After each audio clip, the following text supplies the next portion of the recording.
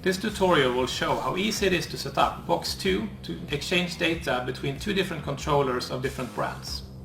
This has become a quite common use case where customers want to exchange data between two different machines in the same factory so they can work more efficiently together.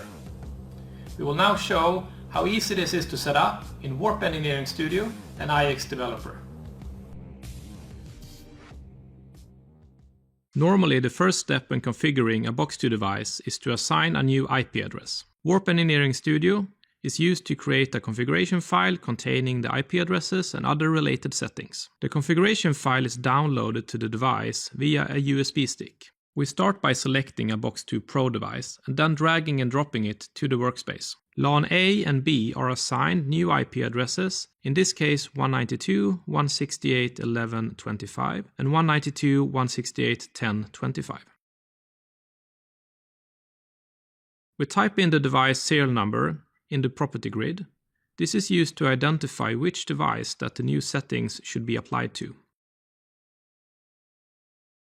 Right-click on the BoX2 device and select Generate BoX2 Configuration File.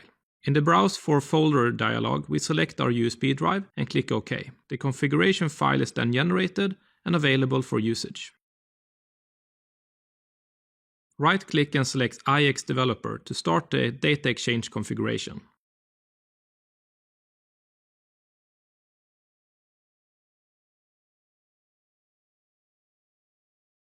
Click on the tags icon in the Project Explorer.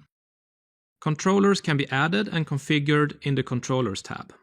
When clicking on the Controller button, a list appears.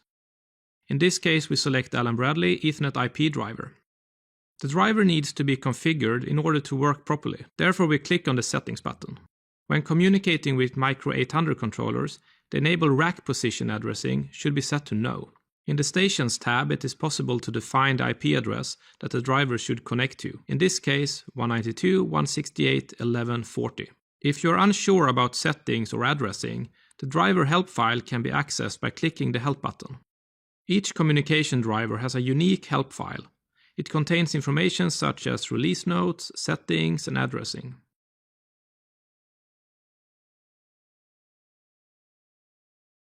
Finally, the controller is renamed to AB for Allen Bradley.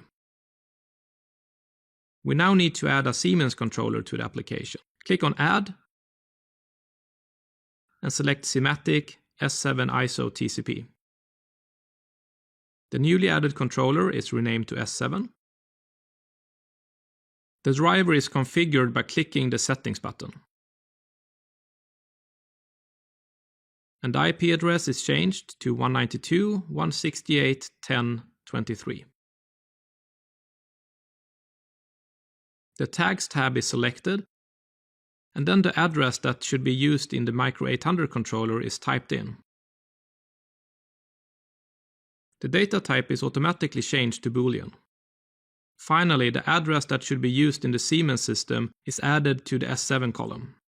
Select the Direction column. A dialog will appear that allows you to select how the data should be exchanged. In this case, the data will be moved from the Micro 800 to the Siemens controller. The configured tag belongs to poll group number 1. We can easily change how fast the driver should try to refresh the values. The poll interval is changed to 100 milliseconds. The data exchange is now configured and the application is ready to be downloaded to the BoX2 device. The transfer process is started by clicking the Download button. Select the target that the application should be transferred to and click on Download.